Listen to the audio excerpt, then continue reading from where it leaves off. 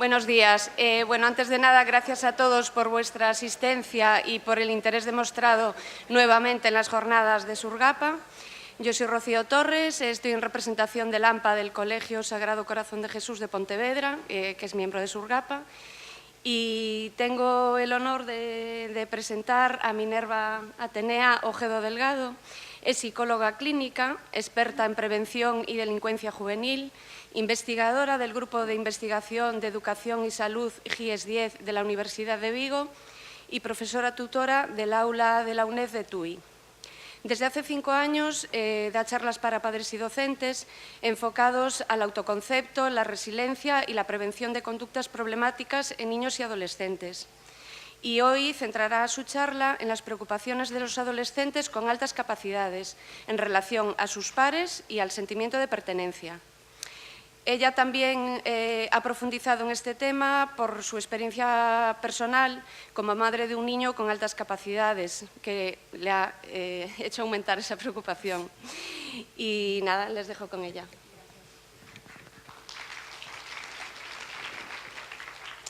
Bueno, yo también me pongo de pie, es la costumbre también.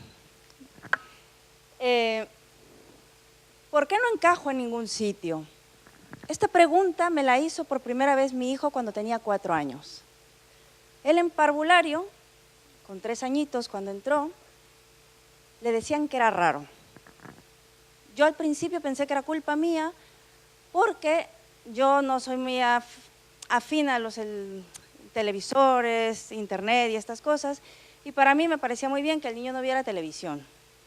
¿Qué pasó? Que entró al parvulario y todo el mundo hablaba de un tal Bob Esponja. Mi hijo ahora tiene 10 años. Y mi hijo no entendía que una esponja de mar pudiese hablar.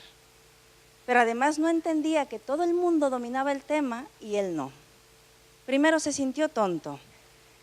Después le empezaron a llamar raro. Raro en el sentido de los niños de parvulario, ¿no? Ay, es que eres raro.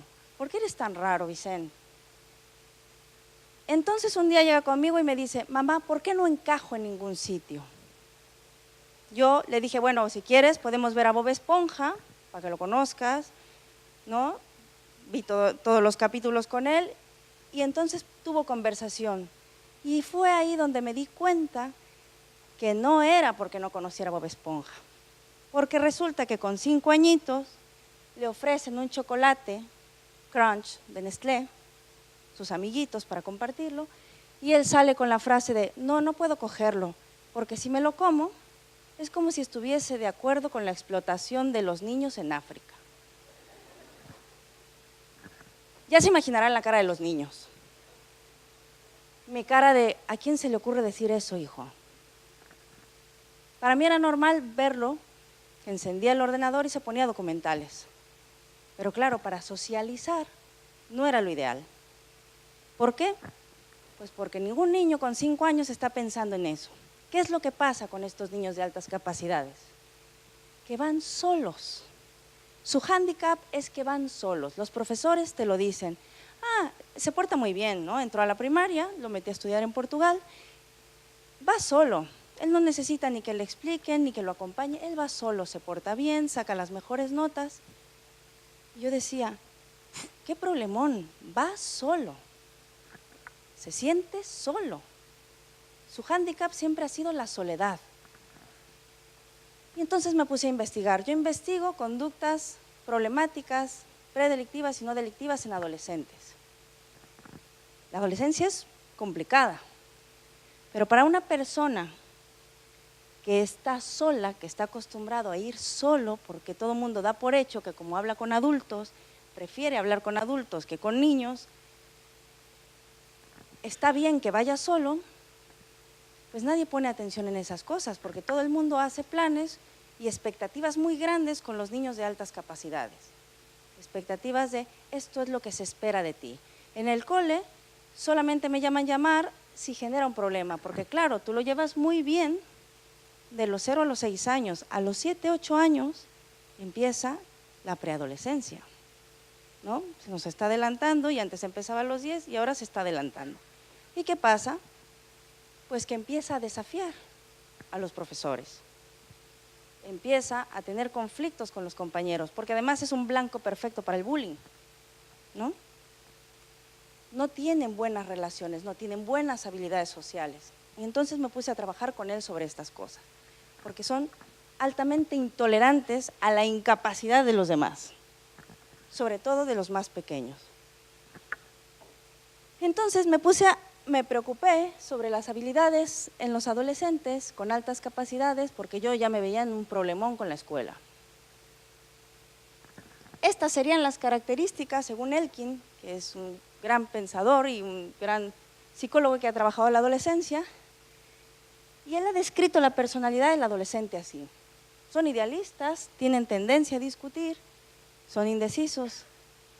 Si cogemos todo esto, los de altas capacidades son idealistas ya desde pequeños. ¿Por qué? Tienen una sensibilidad impresionante. A pesar de que todos creemos que van solos, son altamente emocionales y reaccionan mal. Tienen muy poco control de emociones. ¿Por qué? Porque como van solos, nadie se ha tomado la molestia de decir, eres brillante, pero tu maduración emocional es la de un niño de 3 años. Entonces, no saben gestionar emociones. Y si van a reuniones, se aíslan.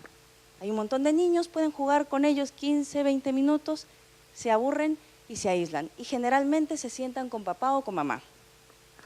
Los padres cometemos el error de arroparlos en ese momento. De decir, ven, siéntate aquí, que ya te pongo yo el móvil o charlamos tú y yo. ¿Y qué pasa? Que los padres dejamos de relacionarnos y nuestra relación es simbiótica, ¿no? Mi vida social por los primeros 4 años era mi hijo y yo. ¿Qué pasó después? Cuando resulta que los niños que tienen que aprender todas las habilidades sociales que se aprenden en parvulario o en los primeros años de infancia, no se aprenden, cuando llega la adolescencia y empieza la tendencia a discutir de un adolescente porque tiene la necesidad de demostrar que es capaz de argumentar, pues los de altas capacidades no solamente te argumentan, sino que además tienen una lógica aplastante y te tienes que tragar que tienen razón, pero además no lo sabes encajar, porque no es que sean hirientes, a veces hasta parecen pedantes en la primaria, ¿no? O en la secundaria, ¿no?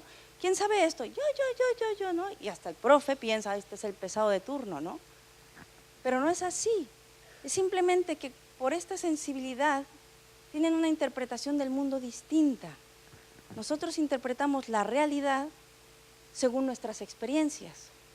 Las experiencias vienen según los estímulos recibidos, ¿no? Yo, por ejemplo, si voy de pequeña, le pego a un niño porque quiero su chocolate y me devuelve el bofetón, pues ya sé que no son las formas y lo aprendo, pero hasta ahí llega mi realidad. Un niño de altas capacidades no, un niño de altas capacidades ve más allá y siente más allá, por eso es tan sensible. Un niño de altas capacidades seguramente si se está comiendo un bocadillo en la calle y ve a alguien pidiendo dinero, te va a hacer un comentario de me duele la gente y se le va el hambre. Y tú, ¿te comes el bocadillo? No, mamá, es que no. Les entra una angustia y una ansiedad y no duermen por la noche porque le están dando vueltas a todo lo que puede pasar en el mundo y son preocupaciones de adultos y a veces ni de todos los adultos. Cuando llegan aquí, esta tendencia a discutir es por esa necesidad de, ¿no te estás dando cuenta que eres incongruente, mamá, que defiendes esta causa pero no haces nada? ¿No? Ellos se dan cuenta, nosotros perdemos la autoridad moral muy pronto con los adolescentes, pero con los adolescentes con altas capacidades la perdimos hace mucho, porque se dan cuenta de nuestras incongruencias. Me dices que no mienta, ¿no, mamá? Sí, pero la otra vez que llamó a tu amiga me dijiste, dile que estoy dormida. ¿Por qué, mamá? ¿No te cae bien? ¿Por qué no se lo dices?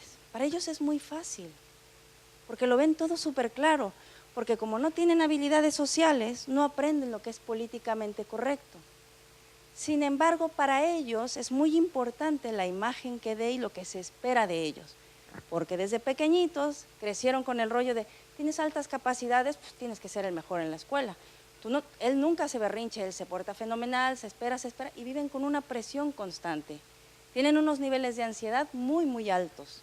Los niños de altas capacidades viven en estrés. Si ustedes se relacionan con niños de altas capacidades, generalmente están tensos del cuello y de los hombros, porque siempre tienen una preocupación y como están solos, no tienen con quién compartirla. Y entonces se desata una discusión con un adolescente de altas capacidades, con un profesor, por ejemplo, un alumno que se da cuenta que si falta todo el mes no se pierde de nada, cuando no tiene la suerte de que le adapten el contenido curricular, sino que lo dejen en el año, porque además empieza a causar problemas y no es que sea de altas capacidades, es que es un niño problemático y el chico era muy listo, ¿no? Y empiezan las discusiones y el niño se pone a decirle al profesor, a ver, ¿qué te molesta? ¿Que no haya venido a clase o que te des cuenta de que por no venir no me perdí de nada? Es una lógica aplastante, ¿no? Efectivamente no se perdió de nada y el profesor tiene toda la razón del mundo en enfadarse. Pero el profesor, muchos profesores, digo no todos porque hay gente que sí, no se ha tomado la molestia en pensar cómo percibe el mundo él de altas capacidades. Cuando hablamos de un niño de altas capacidades o de un preadolescente, siempre se le quiere adelantar el curso. Siempre se le quiere decir, hay que estimularlo y hay que trabajar con sus capacidades cognitivas para que no las pierda. Las capacidades cognitivas no se pierden. Sin embargo, sí que pueden trabajar en contra cuando no hay habilidades sociales bien desarrolladas. Porque cuando alguien se siente solo, ¿qué hace un adolescente cuando se siente solo? Se refugia con los amigos, pero sorpresa, este niño de altas capacidades no tiene amigos de su edad. Entonces generalmente va a buscar gente mayor. ¿Y qué va a pasar? Que como está muy, muy enfadado, va a querer hacer enfadar muchísimo a los padres y a los profesores porque está harto de que se espere lo mejor de él, porque no le damos margen de error. El niño de altas capacidades no se puede equivocar, porque siempre ha sido bueno, siempre ha sacado buenas notas, él no se puede equivocar. Puede tener un hermano que es un desastre y a ese se le permite todo, pero tú no, tú tienes altas capacidades. Tú te das cuenta de lo que está mal, sí se da cuenta, pero no sabe gestionar emociones. Y entonces puedes encontrarte un niño de altas capacidades, preadolescente, planeando con mayores alguna gamberrada, pero bien, además bien planificada, ¿no? Porque son muy organizados. Y todo por la necesidad de aceptación, de no sentirse solo. Esto es muy grave, porque además los padres nos sentimos súper orgullosos de que nuestro hijo se aburre con los pequeños. Cuando yo hablo de habilidades sociales, tengo una amiga, tiene hijos de la edad de los míos, y siempre me dice, eso suena muy bien, Minerva, entrenar en habilidades sociales, pero ¿qué es eso? Pues identificar cuáles son las carencias de nuestros hijos, porque nuestros hijos no son perfectos, tienen carencias y tienen habilidades a desarrollar. Mi hijo, por ejemplo, era feliz en los parques, siempre y cuando no hubiese niños, porque además no soportan cometer errores delante de los demás. No, es que quedan fatal, tienen un sentido del ridículo demasiado alto. ¿Qué habilidad social había que desarrollar? Pues que jugara con más niños. A él le vino fenomenal tener un hermano pequeño. Yo no digo que tengan hijos, simplemente que lo relacionemos con niños más pequeños. ¿Por qué? Porque desarrollamos su tolerancia, su paciencia, son impacientes y son implacables con personas y con niños más pequeños que tienen su edad y menor conocimiento. Yo, por ejemplo, hay momentos que tengo discusiones con mi hijo y yo no sé si vieron la película Yo soy Sam, pero yo a veces soy Sam, que es el tipo que tiene problemas de aprendizaje y tiene una hija de 7 años que sabe más que él porque él tiene un retraso.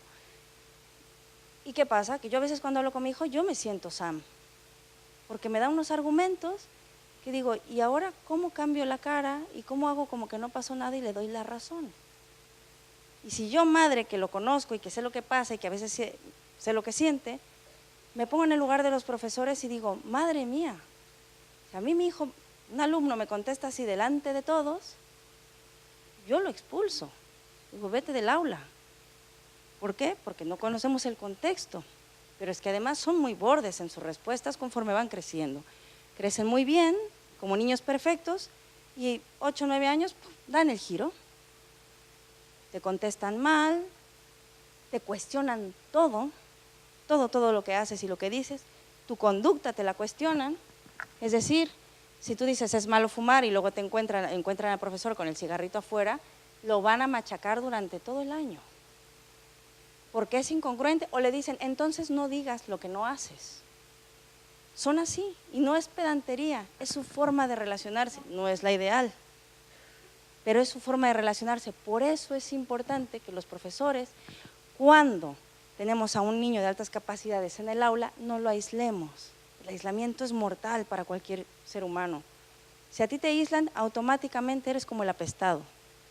Tengas altas capacidades, tengas TEA, tengas lo que sea. En el momento en que el grupo te aísla es porque algo va mal contigo. ¿Qué propongo yo a veces cuando se trabaja con niños con altas capacidades? Denles un proyecto. Y un proyecto no es decirles, tráeme un trabajo de investigación, porque además no lo van a leer. Un proyecto es, ¿por qué no te pones a ayudarle a tu compañero que le cuestan mucho las matemáticas? Hay un niño con el que yo conocí, porque además con esta desesperación de buscar información, el defecto de ser psicóloga y ser madre cuando pasan estas cosas no es muy bueno, te genera mucha angustia, y me fui a Santiago de Compostela, a un sitio donde hay para niños con altas capacidades. Es un rollo ir cada fin de semana o cada 2 semanas. Mi hijo no lo entendía, me decía, ¿y a qué vamos? Me lo paso bien, mamá, sí, hay niños que me entienden mejor, pero ¿por qué vamos? ¿Por qué no podemos hacer estas cosas aquí? Dice, a mí me encantaría poder trabajar como Jordi, que es un niño que conoció ahí, que el niño era tremendo, le digo tremendo porque planificó cómo hackearle el ordenador a todos los de su escuela, o sea, pero tremendo, en el instituto, cambiar calificaciones en el cole y cosas así. Claro, porque era un niño que descubrió que siendo gamberro era aceptado por todos sus compañeros y además era un ídolo. Se lo aplaudían, ¿no? Se convierten en antihéroes. Y le dije, ¿qué quieres, hackear? Y me dice, no, es que Jordi ahora le va mejor en el cole porque resulta que descubrió que a un niño le cuestan mucho las matemáticas y él le dijo a la profesora, si me permite yo le puedo explicar porque yo sé qué es lo que le pasa.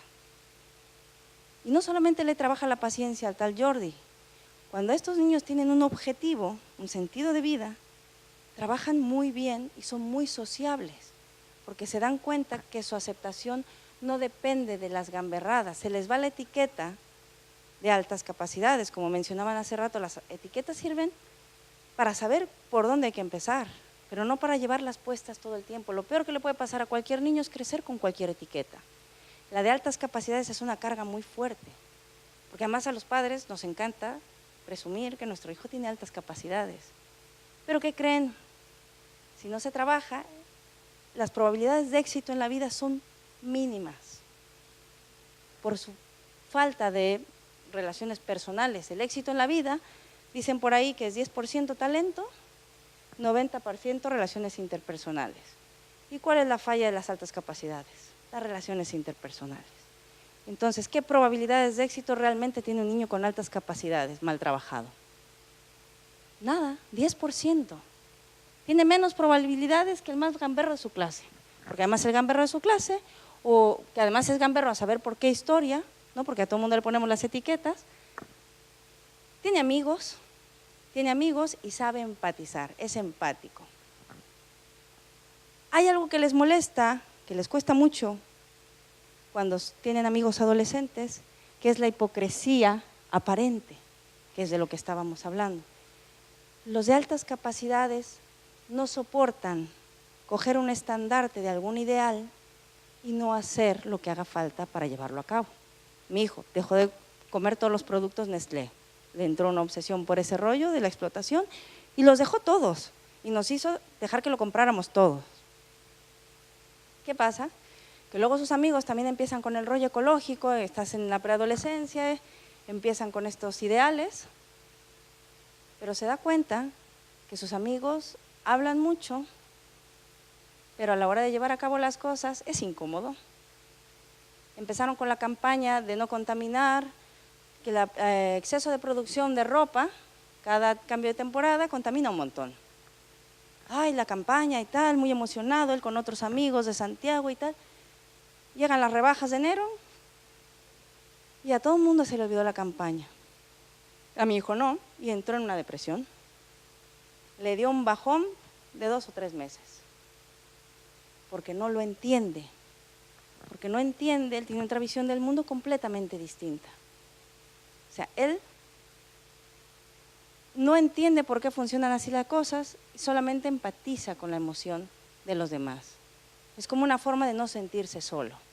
Yo me sumo a esta sensación y así no me siento solo. Pero ¿qué pasa? Que se agarran todas las causas más nobles del mundo, el hambre en el mundo, la violencia, por ejemplo, esto del rollo de la guerra, les ha comido mucho el coco a estos dos, ¿no? A mi hijo y a Jordi. Porque ha llegado a la conclusión de que la culpa es de que a nosotros, los adultos de ahora, que en parte tienen razón, nos da igual el mundo. Autoconciencia. Es muy curioso cómo ellos actúan cuando están en su encierro, porque se encierran, se empiezan a aislar y los padres apoyamos eso pensando que los estamos protegiendo. No, vente hijo, si te aburres no importa, vente aquí, te sientas conmigo y jugamos, aunque estemos en una comida familiar o lo que sea. En el cole pasa lo mismo, pero sin embargo, si hay un fallo, si se equivocan en algo, piensan que 7.000 millones de habitantes del mundo les están centrando el foco ahí, en su fallo. Y entonces es un drama, y es un drama porque no saben gestionar emociones. Entonces tienes que buscarte los argumentos mejor estructurados para llegar a su estructura cognitiva y decir, y hacer un cambio desde la cognición hacia la emoción. Eso es muy complicado, porque no nos tomamos la molestia o no pudimos ver la carencia emocional de nuestro hijo. Es muy curioso cómo alguien tan intelectual o con habilidades tan cognitivas tiene todos sus fallos basados en la falta de gestión de emociones. Con los niños es igual, solo que los niños aprenden ensayo y error. ¿Y qué les pasa a las altas capacidades?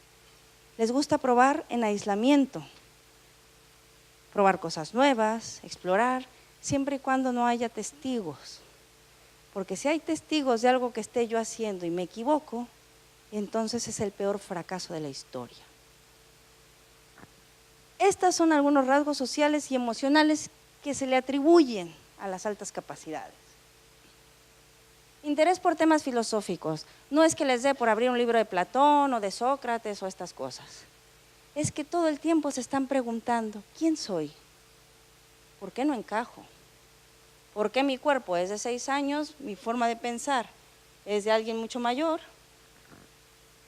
Y hago berrinches como un niño. Alta sensibilidad emocional y hasta físicamente. Cuando hay un exceso de estimulación, cuando percibimos todo, por ejemplo, con lo que les ponía, ven a alguien en la calle que pasa hambre y a ellos se les va el hambre. Es que es increíble cómo, si juntamos frases de niños o adolescentes con altas capacidades, sus frases son así: me duele la gente. No te describe la hambruna, ni me duele como el hecho, la forma de actuar de la gente en general. Eso les duele mucho, les afecta mucho. Son perfeccionistas.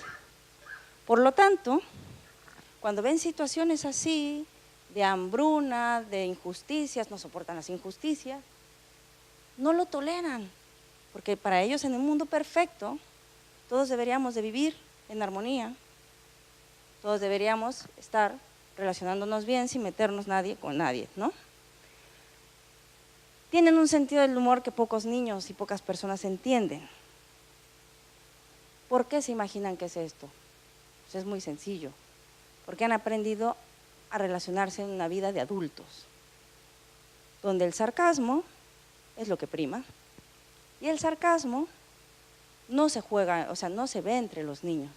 Y entonces cuando hace comentarios que para él son graciosísimos o excéntricos, ¿no? Y que se parte de risa y todos los niños se quedan, ¿este qué está diciendo? ¿No? No lo entiende. Y lo mismo pasa con él, cuando de repente ve que todos se están riendo por alguna tontería, que él considera tontería, todo el mundo le dice, ¿y a ti qué te pasa? Todo el mundo se lo está pasando genial y él está con cara de no entiendo nada, porque no lo entiende, porque estos son habilidades sociales. Las habilidades sociales se entrenan, y se entrenan tanto en casa como en la escuela. Pero si en casa nosotros los aislamos y en el cole también dicen, no, este va solo, este no es necesario más que decirle el temario y va solo. ¿Qué pasa con sus habilidades sociales? Son nulas. Habilidades sociales se necesitan en el mundo para pedir trabajo, para tener una novia, ¿no? Para tener amigos, hasta para saber dimitir en un trabajo. Ahora ya no sé, para dejar a los novios, porque creo que ahora lo hacen por WhatsApp, ¿no? Pero hasta para eso hay que saber redactar, ¿no? Su motivación, a diferencia de los demás niños, o de muchos niños, no de todos, suele ser más interna. Ellos generalmente no necesitan que tú les digas, sí, mira, vamos a ver cómo funciona esto, vamos a ver, conocer el sistema planetario, ¿no? O hacer los malabares que hacen los profesores, para que los niños se interesen en alguna asignatura. Su motivación es completamente interna, casi toda. Sin embargo, esta motivación puede ir bajando si no hay respuesta social, porque como todo individuo necesita un reconocimiento social. Y si cada vez que levanta la mano el profesor dice, bueno, tú ya, a ver, alguien más, él se siente mal. No es el hecho de presumir el conocimiento, es el hecho de que he hecho mal que no me dejan participar, porque su interpretación es mucho más emotiva. No tiene nada que ver con el conocimiento. Él ya tiene claro que algo pasa y si no ha sido diagnosticado, lo puede ver así. Algo pasa que yo soy raro, pero si soy raro es que algo no está bien conmigo, porque como me salí de la norma, normalmente lo raro es pariente de lo feo y generan el complejo del patito feo. Y con la adolescencia se van encerrando y se van aislando y entonces tienen dos opciones, les quedan dos opciones a él. O se aíslan y se encierran en las tablets y en los libros, o es el típico que rechaza antes de ser rechazado, ¿no? Para no ser rechazado. Es decir, se vuelven agresivos y atacan antes de que alguien venga y los ataque. Y además se convierten en personas hirientes, pero no es intencional. Es porque son hirientes, porque como tienen tanto bagaje cognitivo e intelectual y no tienen contacto con lo emocional, pues no se dan cuenta del daño que hacen. Es curioso, ¿no? Como personas tan inteligentes no se den cuenta del daño que hacen. Al grado, por ejemplo, de que cuando yo discuto con mi hijo, que ahora ya empiezan las discusiones, ¿no? Tiene 10 años, pero es como si tuviera un hijo de 15, y empiezan las discusiones y yo estoy a punto de explotar, porque hemos de reconocer que todos estamos a punto de explotar en algún momento con nuestros hijos y quisiéramos matarlos, aunque después nos arrepentimos, y estoy así a punto de explotar, y todavía va y me suelta esa de, lo bueno es que eres psicóloga. Saben darte la puntita, ¿no? De, a ver, tú me estás hablando a mí de gestionar mis emociones y eres psicóloga y tú estás a punto de reventar. Son así. Y es muy complicado trabajar con niños con altas capacidades. La gente piensa que es muy fácil, pero no es tan fácil. Porque sí, tenemos hijos perfectos aparentemente a nivel social, porque nunca dan problemas de los que conocemos como problemas en la escuela, pero es muy complicado y para los profesores también es muy complicado porque es alguien que a partir de los 10 años empieza a cuestionar tu autoridad delante de todos. Y entonces lo mandan al psicólogo o al psicopedagogo y resulta que lo etiquetan como niño disruptivo o trastorno de conducta. Trastorno de conducta es muy grave, que sí que se puede dar si no se identifica bien y no se trabaja bien con un niño de altas capacidades. ¿Por qué? Porque empiezan a tener problemas con la autoridad. Cuestionan todo lo que hacen los adultos, todo. Vicente, mira, vamos a ver esto. ¿Y por qué vamos a ver esto? ¿No sería más interesante? Digo, para la vida te sacan argumentos así. Para la vida no sirve más, profe, pues que veamos estas cosas que más prácticas. Porque esto, yo le preguntaba a mi madre y esto no me sirve de nada. Ella no lo ha utilizado desde que salió de la primaria hasta la licenciatura en psicología, nunca lo utilizó. ¿Y qué hace un profesor? El profesor se esfuerza muchísimo, prepara sus clases, porque la mayoría de los alumnos van a decir, ah, qué guay el proyecto, ¿qué vamos a hacer? Vamos a ver esta nueva asignatura o este nuevo tema y tal. Y llega el niño de altas capacidades, con esa gracia que tiene, que además le cae mal a todo el mundo, y ¡pum! Eso no nos va a servir en la vida real. ¿Cómo para qué lo vemos? Claro, como él ya lo leyó o ya lo conoce, no ve la necesidad de ver el tema. Se lo estudió y ya dijo, esto no sirve para vivir. Porque ellos generalmente hacen proyectos de vida. Es decir, ellos se visualizan, que esto es muy sano cuando no tienes altas capacidades y no te obsesionas, Pero cuando tienes altas capacidades, lo toman como una obsesión. Yo voy a hacer esto de mayor. ¿Qué tengo que hacer para llegar ahí? Ah, bueno, pues tengo que terminar la primaria y la escuela la ven como un trámite burocrático, directamente. Por lo tanto, es muy probable que en la ESO y en el instituto muchos de altas capacidades abandonen la escuela, porque no le ven sentido. Y cuando pierden el sentido de la vida y del estudio, entonces sí que se convierte en un problema. ¿Por qué creen que ven como un problema eso?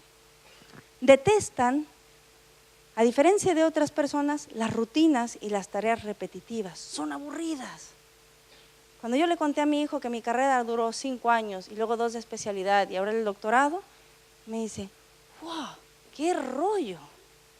Tantos años, para él era haciendo lo mismo, para mí no, pero para él era una rutina terrible. Me decía, ¿y así va a ser la escuela siempre? Digo, sí, ahora está con la moda de que no va a estudiar, ¿no? Que la universidad no tiene sentido porque no hay trabajo, porque además esa es otra. Viven muy actualizados, creo que ven las noticias más que nosotros. Y entonces te hacen un análisis de la realidad, como si tú no la supieras, te la cuentan, ¿no? Mamá, he llegado a la conclusión de que no sirve de nada estudiar.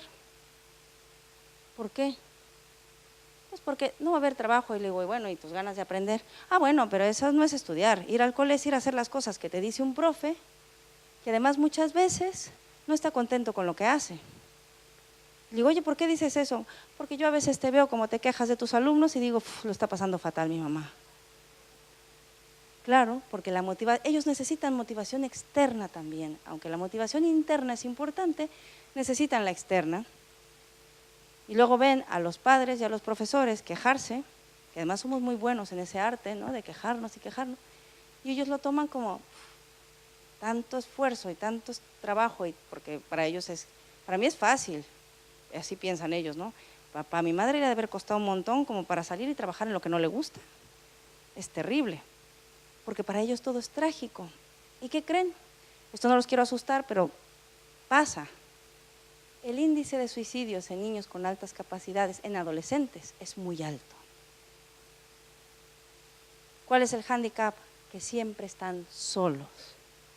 Son los que se quedan en casa porque son muy responsables. Los dejamos, no, está leyendo, déjalo, nos vamos nosotros. ¿Qué pasa? Que es muy, muy cómodo, muy guay convivir con nuestros hijos y tenerlos en el colo todo el tiempo. Y no importa, es que sus amigos se aburren, ya se le pasará, es una etapa. Pero esas relaciones y esas habilidades que no desarrolló no le permiten desarrollar las habilidades de un gran apoyo social que tienen en la adolescencia, que son los amigos. Porque en la adolescencia los padres ya no jugamos. ¿Y qué pasa en la adolescencia? Pues que ellos intentan buscar su identidad. Pero además nosotros los machacamos en la escuela y en casa diciéndoles, no, es que tú tienes unas capacidades tan altas que tú te tienes que dedicar a una ingeniería, tienes que hacer, ¿no? Todo el mundo piensa en carreras profesionales muy serias, astrofísica, ¿no? Música clásica. Yo, por ejemplo, mi hijo le dio por tocar el piano desde los 3 años y yo estaba soñada porque a mí me encanta la música clásica. Entra a la preadolescencia, el niño es rockero. Deja el piano, coge la guitarra, que además lo coge con una facilidad porque yo le dije, no, la práctica, tienes que practicar, sí mamá, tú. El chico pasa horas tocando la guitarra y domina la guitarra, pero ahora le da por el rock. Yo, mis prejuicios y la sociedad, eso no es una carrera de verdad. Es lo que me gusta. Sí, pero es que si no, tus altas capacidades, ¿qué va a ser de ellas? Es que las vas a desperdiciar. Yo me pregunto, pensando así, ¿no estamos como limitándolos? Porque pensamos que estos, como tienen altas capacidades, tienen que ir a cubrir todos los puestos de ingeniería y de no sé dónde. Y yo me di cuenta después, cuando uno de mis alumnos, o uno de los chicos con los que trabajaba, me dijo, oye Minerva, ¿tú le dices esto a tu hijo? Digo, sí. O sea que si yo, que no tengo altas capacidades, me diera por dejar esto y hacer rock, ¿a ti te parecería bien? Y le digo, pues tienes que hacer lo que te hace feliz. Y me dice, ¿y por qué a tu hijo no lo dejas ser feliz? Me cayó un balde de agua, porque además veía la incongruencia enorme, ¿no? Yo estaba pensando en todo lo que me venían diciendo, además mis colegas, de, es que es brillante, tu hijo es brillante, tú. Y yo espero un premio Nobel, ¿no? Todo el mundo se imagina ahí soñando y saludos a mi mamá, ¿no? Y, todo ahí, y el niño quiere ser rockero.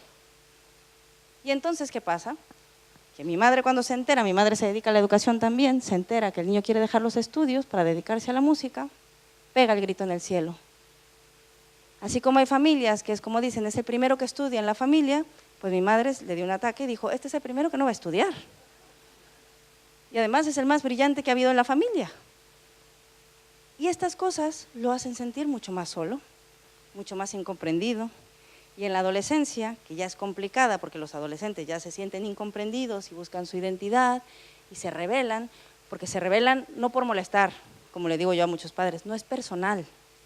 Necesitan alejarse de todo el centro que les enseñó todo, porque nosotros les enseñamos hasta ir al baño, entonces necesitan ver qué es mío, o sea, qué realmente es mío, qué necesidades son mías, qué necesidades son las de mis padres. Si ellos no se alejan, y por eso estoy pensando hacerme un tatuaje, porque estos se radicalizan, si yo me hago un tatuaje, mi hijo seguro que no se lo hace, ¿no? Porque como te llevan la contra en todo, porque están buscando su identidad, buscando como la parte negativa o la parte opuesta de sus padres, porque así identifican quiénes son, cuáles son sus necesidades reales, sus deseos reales y los impuestos. Y normalmente a los hijos, yo tengo un hijo de 3 años también, que como digo yo se está trastornado, que le sirve muy bien porque revolucionó la casa. Y con él la llevo tranquila, pero yo me di cuenta que muchas cosas que hace mi hijo y que le salen bien, fueron impuestas por mí. Y que además yo cometí el error de ir a la escuela y decir, mira, tiene tanto de coeficiente intelectual, le han diagnosticado altas capacidades y vamos a ver cómo trabajamos con él, ¿no? Claro, me sale el plan psicóloga, mamá, preocupada, ¿no? En positiva, y voy y le digo al profesor cómo tiene que hacer su trabajo, lo peor que puede haber, ¿no? ¿Y qué pasa? Que en la escuela, como debe ser, se pasan los informes de profesor a profesor para ver cómo pueden trabajar con el niño y todo el mundo tiene unas expectativas altísimas con mi hijo. Y entonces mi hijo, de la noche a la mañana de sacar 10, me sacó un 7, que no es terrible. Yo por dentro pensaba, yo dije, mira, algo está ahí generando conflicto. Y me acerco con él y le digo, ¿qué pasó? ¿Qué? ¿No puedo sacar un 7? No, evidentemente puedes, ¿no? Ahí está. ¿Pero qué te pasó? Estoy cansado. Me dice, claro, ya me di cuenta que si bajo, tú cancelas algún curso o algo y estás conmigo. Ya me di cuenta que si bajo, el profesor se sienta a hablar a mi lado y me dice, Vicente, ¿qué te está pasando? Tú siempre has salido muy bien, ¿tienes algún problema en casa? Y entonces puedo charlar. Claro, qué bueno que fue un 7 y fue 1 y me di cuenta y ¿sabes? ¿No? Pero cuando empiezan a suspender, normalmente decimos, es por la adolescencia, es una edad difícil, que también es llamativo que alguien dé un cambio radical y empiece a tener problemas y nadie hable con él, si tenga altas capacidades o no. Cuando alguien empieza a tener cambios radicales hay que hablar, ¿no? Los de altas capacidades tienen muchísimos temores y esto hace que cometan muchísimos errores a nivel social, porque como su hándicap es la soledad, el deseo y la necesidad de sentirse aceptados se magnifica un montón. Y entonces no quieren ser golpeados en el AESO ni en el instituto, ¿no? Porque además, como son el blanco perfecto del bullying, van a hacer lo que haga falta para encajar. Y lo que haga falta puede ser una conducta problemática, delictiva o predelictiva. Y entre más mayores se hagan, verán que es más guay en ese círculo de jóvenes, porque los jóvenes somos así, como el lóbulo frontal no nos va muy bien porque estamos en poda neuronal, es decir, Es la edad, los 3 años y esa, donde nuestro cerebro empieza a seleccionar conexiones neuronales y decir, estas sí te han servido, es el aprendizaje, y estas las desechas para que puedas seguir realizando conexiones. Pues a esa edad, todos los adolescentes que se sienten invulnerables y que se sienten que pueden con todo el mundo y que no pasa nada, y que efectivamente no piensan antes de actuar porque no les alcanza, o sea, el impulso es mucho más rápido que el lóbulo frontal, porque está ocupado podando. Pues a este se le ocurre hacer una gamberrada y todo el mundo, es Dios, ¿no? Y eso, aunque él se da cuenta de las consecuencias graves que puede tener, valora mucho más el acercamiento emotivo de los compañeros que las consecuencias. Es ahí cuando sus valores se pueden transmutar. Ser un niño idealista, defensor de la injusticia y tal, se transmuta porque le compensa, la ganancia es buena. Nunca me habían aplaudido mis compañeros, es más, nunca había llegado alguien a abrazarme y decirme, eres un crack. Cuando llega un compañero, después de hacer tú algo, de gritarle al profesor o de cuestionarlo sin una intención negativa, pues resulta que no es lo mismo cuestionarlo en la primaria, donde todos los compañeros te dicen, qué malo es malísima. No, porque no se debe cuestionar la autoridad del niño. Pero cuando lo haces en la ESO, pues, ¡qué crack! No dijo nada la profe, ¿no? Te conviertes en héroe. Y esto es reforzar conductas en un adolescente con altas capacidades que pueden terminar en conductas delictivas o predelictivas. Estos son casos graves, no son todos.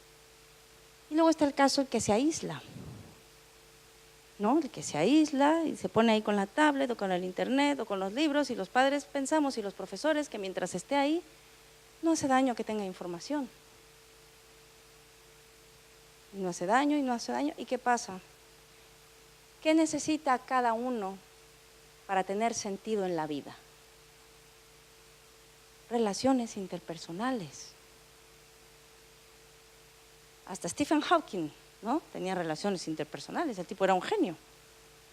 Sin embargo, desarrolló habilidades sociales muy buenas. Y eso no solamente le dio el reconocimiento social por su genialidad, sino porque además tenía un sentido del humor, salía en series de televisión, no tenía sentido del ridículo, y esas habilidades fueron entrenadas durante su vida. Eso le dio sentido a su vida, que además fue una vida que nosotros podemos ver como trágica, ¿no? Por sus circunstancias. Sin embargo, él tenía sentido de vida. Los niños y adolescentes con altas capacidades pierden el sentido de la vida así. Por eso es muy importante fomentarles las relaciones con sus pares, porque les angustia. Parece que no le dan importancia, ¿no? Y, yo me quedo contigo, mamá, y tal, es que no me entienden. Y por las noches están, porque además les cuesta mucho dormir, sufren de insomnio, ¿no? Y están ahí con la angustia, pero ¿por qué seré tan raro? Y además entran las necesidades de la adolescencia, que no lo olvidemos, que aunque sean altas capacidades, no quiere decir que sean tan inteligentes como para no enamorarse tan tontamente, ¿no? Y resulta que les gusta tanto una chica o un chico que no saben cómo acercarse. Y eso duele, porque además la chica y el chico no valoran ni lo ven como persona, lo ven como el friki o el rarito. Y si tiene la suerte de no ser feo, bueno, no le va tan mal. Pero si encima es feo y es excéntrico, ¿no? Porque les da por ser excéntricos también a los de altas capacidades, porque es una forma de llamar la atención de, díganme qué hago, yo lo hago, quiero que me acepten, quiero tener amigos. Pero en el momento en que se le acercan los amigos, es así de, qué aburridos sois, ¿no? No conocen, no tienen conocimiento, esto es inmaduro. Pero si eso lo entrenamos en clase, por ejemplo, coger un proyecto, mira tú, por favor, eso sí que se lo voy a pedir a los profesores, nunca digan que el mejor alumno es fulanito de tal, aunque ya sabemos que tiene altas capacidades, nunca señalen a un alumno como el mejor alumno. Eso es un suicidio social. A partir de la ESO, si tú dices, fulanito está, hazle su reconocimiento, pero nunca lo compares con relación a los demás, porque es un suicidio social. Le mataste la vida social. Porque además a todo mundo le va a caer mal. Y eso pasa en el trabajo también. Si tú trabajas mejor o te desarrollas mejor, pues tienes el rechazo de los compañeros.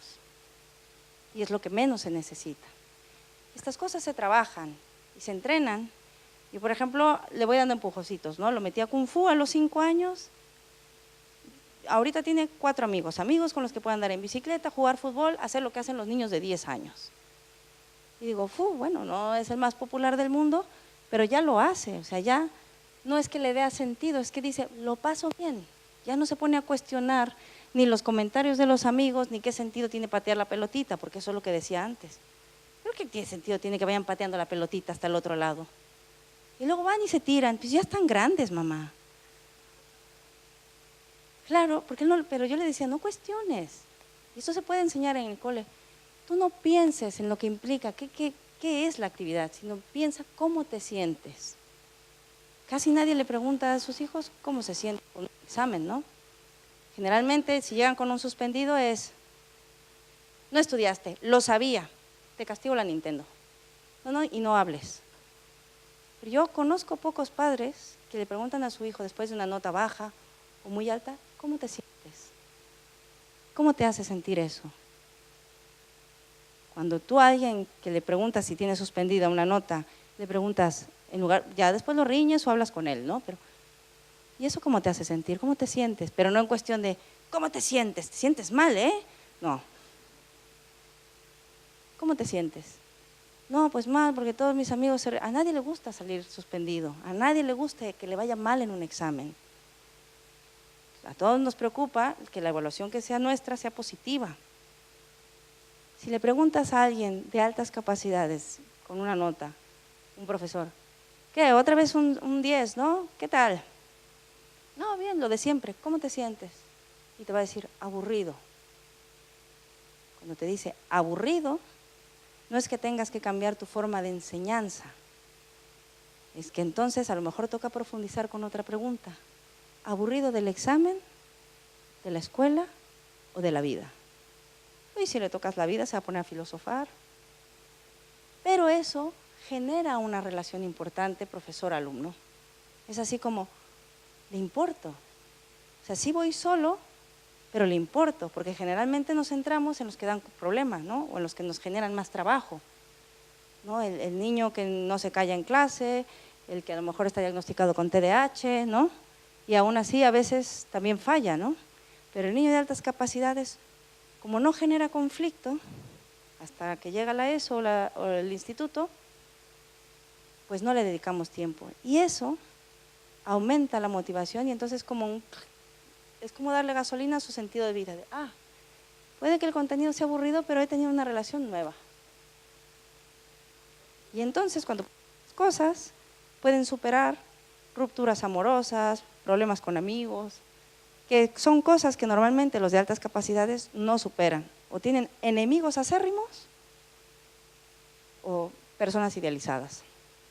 El problema es cuando se enamoran e idealizan a la persona. Bueno, eso ya lo sabemos todos, ¿no? Idealizamos, nos enamoramos, nos rompen el corazón y se convierte en lo peor.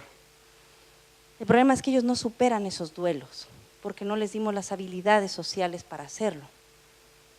Porque como lo saben todo, y si no lo saben, saben buscarlo, no les enseñamos una competencia básica, pedir ayuda. No saben pedir ayuda. Y entonces cuando tienen un problema en el cole o en casa, no saben pedirle ayuda. No saben pedirle ayuda a nadie, ni a los padres no, porque son un rollo, ¿no? En la adolescencia nadie le pide ayuda a los padres, es muy raro. Sobre todo porque los padres cerramos mucho la comunicación. Pero entonces, ¿a quién recurren? A los estupefacientes, al alcohol, o a la soledad, o al aislamiento, y empiezan los cuadros depresivos y de ansiedad. Eso sí que es un problema. Y todo porque como pensábamos que las altas capacidades lo son todo, porque ahora todas las habilidades que se valoran tienen que ver con el éxito y el éxito está relacionado con el dinero, con nuestra capacidad adquisitiva, entonces decimos, está bien, no pasa nada, es un exagerado, es un dramático, ¿no? Pues sí que pasa, y pasa mucho, y tiene mucho más consecuencias que si muchos otros niños tuviesen eso, porque ellos sí que son capaces de llevar a cabo actos peligrosos, para sí mismos y para los demás. ¿Alguien escuchó hablar del Unabomber alguna vez? El Unabomber fue un gran terrorista que mataba gente por correspondencia. El tipo era un genio. Había sido profesor en Harvard, era físico. Y su gran hándicap fue la soledad. Cuestionaba el mundo y entonces mataba a los que, según él, hacían que el mundo empeorara porque iban en contra de sus ideales. Dejó de relacionarse con su hermano, que se casó porque le dijo que era increíble que haya desperdiciado su vida formando una familia. Justo antes de que lo cogieran, su relación con un niño en una biblioteca a la que él iba mucho le hace reflexionar sobre la importancia de las relaciones sociales. Y él lo cuenta así en su biografía. Pero ya era tarde, ya había matado a mucha gente. Y todo por el hándicap de la soledad. No les voy a decir que los niños de altas capacidades todos son terroristas, pero digo que tienen consecuencias graves, ¿no? Imagínense el grado de depresión y de soledad que debe sentir alguien para llegar a eso. Y hay algo que nos da… ¿Cómo voy de tiempo, Ya voy acabando. Y hay algo que yo insisto a padres con niños de altas capacidades y adolescentes y a los que no tienen altas capacidades. Por favor, sáquenlos de su zona de confort. Que el niño esté leyendo libritos y se esté informando, que el niño esté muy a gusto con los adultos, está muy bien. Oblígalo, empújalo. Bueno, no lo obligues, sino dale el empujón de, venga, te pongo un reto. Intenta estar 1 hora con tus amigos. Inténtalo, intenta jugar, intenta disfrutar. 1 hora y a la hora vienes.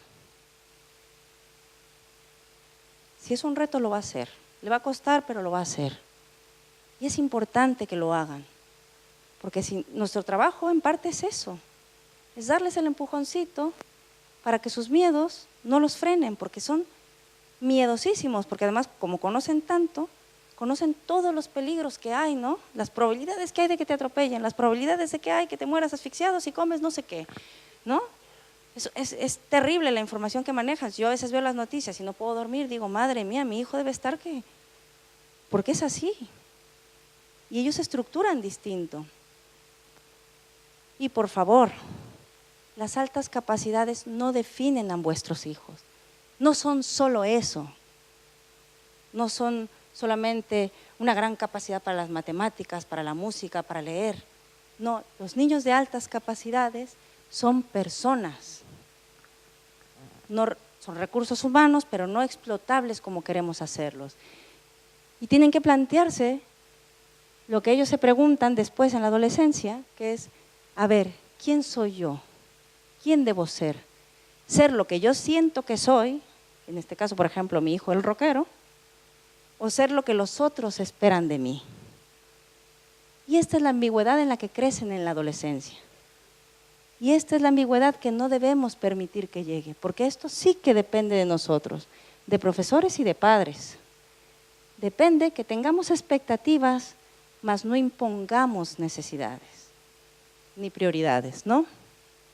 Porque toda su identidad se construye a través de cómo los percibimos nosotros. Cada uno genera su autoconcepto a partir de la percepción que los demás tienen de nosotros. Y si todos esperan que yo sea perfecto, mi margen de error es mínimo, mi estrés es altísimo, mis niveles de ansiedad son altos, llega la adolescencia, hormonas, explota todo y se viene todo abajo.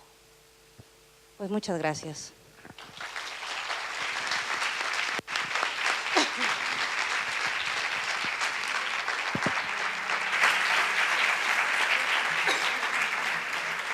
Muchas gracias, Minerva, muy interesante. Abrimos el turno de preguntas.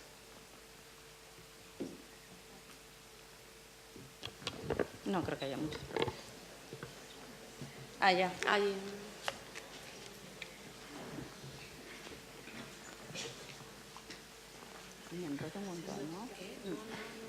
Muchísimas gracias, Minerva. Acabas de… Yo estoy aquí. Claro, es que como no llevo gafas… Sí. Sí que en la escuela tendemos más a tratar siempre a los niños con discapacidad o que presentan algún tipo de discapacidad y pasamos, y estos niños nos pasan más desapercibidos, pero sí que, bueno, acabas de abrir un aspecto muy interesante. ¿Tú eres partidaria de que se les algo dijiste a lo largo de la charla, que se les adelante de curso, porque nosotros ahora estoy pensando en ¿cómo se llama el niño pequeñito que tenemos? Tu primo, Mario. Un niño que tenemos que a los 3 años apareció en el colegio, ya sabía leer. No le enseñó a nadie, en su casa no le enseñaron, no fue a la guardería. Y él descubrió el código. Y entonces sabe leer, pero también le encanta jugar. Y entonces en el cole llegamos a la conclusión de que, bueno, lo que nos vaya pidiendo, estar alerta en modo bombero, y lo que nos vaya pidiendo, porque es que realmente disfruta muchísimo jugando con los otros niños, y entonces las habilidades sociales ahí nos tienen muy tranquilas, pero evidentemente ese niño tiene altas capacidades, es muy pequeñito todavía para poder hacer un diagnóstico así claro, pero como que pide a nivel de conceptos, pide más. Entonces se le da que asista a clase con otros niños más mayores, un mixto. ¿Qué aconsejas? Mira, yo soy de la idea, el parvulario a mí me encanta porque ahí puedes mezclar las edades y los mayores aprenden de los pequeños y tal, ¿no? Si el niño disfruta jugando, yo lo dejaría ahí. Que pide concepto. El problema de relacionarlos con más grandes, por ejemplo, a mi hijo, en parvulario lo querían adelantar a segundo de primaria. Es un cambio fuertísimo. Porque además no tienen la maduración emocional y luego hacen bromas que no entienden, ¿no? Y comentarios. Ya no es el concepto, sino los códigos de comunicación que manejan los niños, ¿no? Entre ellos. Yo lo dejaría así y le iría dando información, o a lo mejor juntándolo con los de 5 años y los de 6, porque además así va sondeando qué tan alta puede ser su capacidad. Si con los de 5 años se siente a gusto, lo puedes dejar ahí, porque finalmente el contexto es muy similar. El aprendizaje es a base de juego. El problema es cuando ya entran en la primaria, que no tiene nada que ver con el parvulario, que eso es algo que yo no entiendo, que les dicen que aprender es un juego, y luego entran y les dicen, siéntate, escribe, copia, tal, ¿no? Y entonces es cuando empiezan a generar problema. Yo lo dejaría ahí. Que tiene necesidades de conocer más, le iría acercando literatura, si le gusta leer, o juegos más avanzados con niños de 5 años, si acaso de 6. Pero yo creo que si no tiene problema hay que dejarlo, porque eso es importante, es mucho más importante, ¿no? Después de escucharte a ti y lo tenía en la cabeza todo el rato, y viendo que cómo juega, me encanta verlo jugar, porque es que disfruta, ves que ahí lo ves niño. Mientras disfrute, esa es otra frase muy típica de profesor. A mi hijo siempre le decían, es que Vicente nunca fue niño. ¿Cómo no? Velo, o sea, es un enano. Sí, sí. Pero su razonamiento no lo era, ¿no? Si disfruta el juego, déjalo. Porque eso enseña, ¿no? El parvulario nos enseña a autocontrolarnos, a socializar. Yo lo dejaría ahí, que disfrutara. Ya le llegarán después en la primaria, en la secundaria, ideas de adelántalo no sé cuántos años. Yo no estoy de acuerdo en que los adelanten años. Estoy de acuerdo en que profundicen en temarios, en que extiendan el contenido curricular, pero no en que los adelanten, precisamente porque, imagínate, hay niños que funcionan bien, pero son muy pocos. Si tú adelantas a un niño de primaria y lo metes a instituto, y en el instituto ya los jóvenes manejan cuestiones sexuales y tal, el niño no lo entiende, no lo comprende el concepto que manejan. Los códigos que manejan no los entiende. Y finalmente acaba siendo aislado también. O sigue siendo el friki, el raro, ¿no? Al que le pegan para quitarle los apuntes, pero no le sirve de nada. El conocimiento, ese mismo conocimiento que está adquiriendo cuando lo adelantas, lo puede adquirir en casa por internet o leyendo. Sin embargo, pierde mucho a nivel social, ¿no? Allá.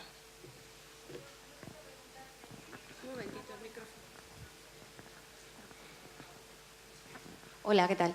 Mira, yo quería preguntarte en relación a buscar un poco el techo en los niños con altas capacidades. Quiero decir, lo que más nos preocupa casi siempre a los padres es que aprendan a tolerar la frustración.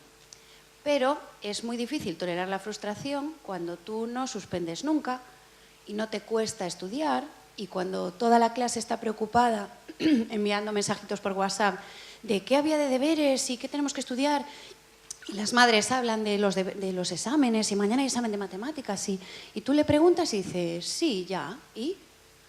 Claro. ¿Y dónde está el problema? Entonces, mi pregunta es, ¿cómo podemos hacer, tanto los padres como los profesores, no solo para trabajar el esfuerzo, sino para encontrarles un poco un techo, ¿no? Porque avanzar de curso no creo que sea la solución, porque lo único que van a hacer es aprender más conocimientos, más cantidad a lo mejor, pero la calidad no cambia. Entonces, a veces te quedas un poco que no sabes qué es lo que tú puedes hacer para que aprenda a tolerar la frustración, para que de vez en cuando no consiga las cosas, que le viene muy bien. Y no sabes cómo hacer eso. Eso es muy importante, eso que comentas. Y yo siempre recomiendo a los padres, métenlos a alguna actividad deportiva. Porque nada, sobre todo si es en equipo o individual, nada les garantiza que siempre van a ser campeones. Mi hijo está en Kung Fu y cuando fue al primer campeonato con 5 años, bueno, hizo un drama porque no pasó en el campeonato, nunca nada le había salido mal. Y mi amiga esta que les digo, que tiene hijos de la edad, me decía, eres la más cruel del mundo, porque yo decía, estoy tan contenta de que no le haya salido bien. Claro, porque la frustración es muy importante, porque si siempre te va bien en la vida, el primer conflicto que tengas cuando eres adulto, que ya no es cualquier conflicto, es que no tienes trabajo, por ejemplo, ellos siempre les va bien, pero no consiguen trabajo. No consiguen trabajo porque no tienen habilidades sociales. ¿Y qué pasa? ¡Pum! Se dan con pared. Y nosotros, como nos han decepcionado muchas veces la vida durante la infancia y la adolescencia, sabemos gestionarlo. Por eso, una actividad deportiva es muy buena, porque no siempre van a ganar en primer lugar. Si es en equipo, van a tener que aprender a ser pacientes con los demás, y si es individual, pues lo tienen mucho más complicado también, ¿no? Te exige mucha superación, pero te muestra tus limitaciones, de sí, serás muy listo, pero aquí, mira. Y eso es muy bueno, porque es importante trabajar, o frustrarlo en casa. Yo, antes de conocer el Kung Fu, lo frustraba en casa. Yo vivo en Valencia, sí, soy un poco cruel, y vivo en Valencia, y de Valencia a Tui son como 4 kilómetros y pico andando. Y le metía una piedrita al zapato para caminar. Y me decía, mamá, mamá, es que me duele. Y le digo, espera, espera. Llegamos a aquel banco, tampoco era tanto lo que andaba, ¿eh? Llegamos al banco, a los 500 metros se quejaba, y nos sentamos y te la quitas. Vale, ¿y eso qué hace? Que le ayuda a esperar. Cuando vamos al supermercado igual, voy y me formo la fila más larga, cuando voy con él. Porque además yo soy muy poco paciente y también mi tolerancia a la frustración es baja. Pero cuando voy con él, me formo la fila más larga, me dice, mamá, ¿qué rollo? Digo, espera, tranquilo, digo, ya nos tocará, pero si aquella está más vacía, sí, pero a lo mejor va una persona mayor y necesita el lugar. Vale, y está ahí, ¿no? Pero es bueno, sí, suena cruel, ¿no? Yo me dedico a frustrar a mis hijos, pero tienes que hacerlo, yo estoy completamente de acuerdo con la otra psicóloga, hay que quitarlo. Sería bueno que lo hiciéramos todos, porque entonces tendríamos mucho menos problemas en la adolescencia con los hijos. La frustración es muy importante, la capacidad de espera es muy importante, ¿no? La inmediatez que sienten, hay que trabajarla. ¿Sí te respondí? Sí, porque luego me enrollo más que una persiana y no. Hola, yo más que hacerte una pregunta, como sé que aquí hay muchos profesores, pues quería compartir mi experiencia, ¿no? Más que nada. Yo no tengo la etiqueta de altas capacidades, porque nunca me diagnosticaron, ¿no? Pero sí las tengo. Cuando yo entro en el colegio, yo sé leer perfectamente, ¿no? Y, por lo tanto, la profesora decide que yo ya tengo que aprender a escribir. Con lo cual, la clase está en forma de U y yo estoy en el centro aprendiendo a leer. Digo, a escribir. Cuando mis compañeros aprendían a escribir, yo aprendía a sumar. Cuando ellos aprendían a sumar, yo aprendía a restar. Y siempre yo en el medio. Quiero decir, en mi caso, los profesores me aislaron. No tuve amigos hasta llegar al instituto, donde hice lo que Minerva dice, suspendía a propósito, para poder tener amigos. Mi experiencia, ya veis, fue súper dura. tener en cuenta que sí, que tener un niño con TEA, con TDAH es importante ayudarlos, es importante que avancen, pero también es importante que un niño con altas capacidades avance, ¿no? No le cuesta estudiar, pero le cuestan muchas más otras cosas. Hacer amigos es importante y sentirte aceptado es muy importante. Y si no ayudamos a esos niños a que se sientan aceptados y lo que hacemos es lo que decía ella, hacer listas de es el mejor de la clase, pues lo estamos aislando y estamos provocando que ese niño sufra bullying. Es simplemente una reflexión, porque sé que aquí hay muchos profesores. Prestarle atención a los niños con altas capacidades, que a veces no se le presta la suficiente atención, justamente como ellos ya lo liberan todo, son buenos, no crean conflictos, pero por dentro tienen su conflicto, muchos, por cierto. Y muchísimas gracias, Minerva, porque me ha encantado escucharte, me he sentido identificada en tus palabras y me ayuda también pues, mi experiencia y todo lo que tú dices pues, a llevar a mi hija de 5 años, que por desgracia creo que repetirá mi camino, ¿no? No por desgracia, es que es hereditario. Bueno, pues sí, pues... Hay una carga genética importante. Pues eso, ¿no? Que creo que ella va repitiendo pues, lo que yo he vivido y gracias a mi experiencia y a personas como tú que le dais importancia a las altas capacidades. Mira, te voy a dar un tip para la profesora de tu hija. Si tu hija lee, yo como le pedí a la profesora de mi hijo en Portugal, le dije, mira, no le digas delante de todos que todos van a leer este libro que se llama El vampiro Valentín y a mi hijo le dices que va a leer Bram Stoker, no se lo digas delante de los niños. Dejas los deberes y luego le dices a Vicente, mira Vicente, he visto que a ti te gusta leer esto, tú lees Bram Stoker, que El vampiro Valentín no te va... que se lo diga siempre aparte. Claro. Pero que él haga partícipe de, bueno, todos van a leer esto y luego ya que se lo diga aparte, porque así no se convierte en el foco, ¿no? Eso es lo que intento también con su profesora, ¿no? Que no haga tanto hincapié en lo buena que es y es que lo coge todo, es que memoriza todo, es que... ya, pero... Y tú trabájale cualidades que no tengan nada que ver con eso. O sea, no la elogies por algo que ya heredó, claro, sino algo que se curró, ¿no? Claro, claro, no, yo la elogio con la frustración, que es lo que dices tú. Yo la frustro jugando a las damas, que lo odia, y la frustro constantemente. Como dices tú, yo juego también a eso, a frustrarla, porque, bueno, la frustración es lo que peor lleva. Normal. Y nada, pues muchísimas gracias. Una última pregunta. Ya está. ¿No? Pues hacemos una pausa para el café. Y muchas gracias, Minerva.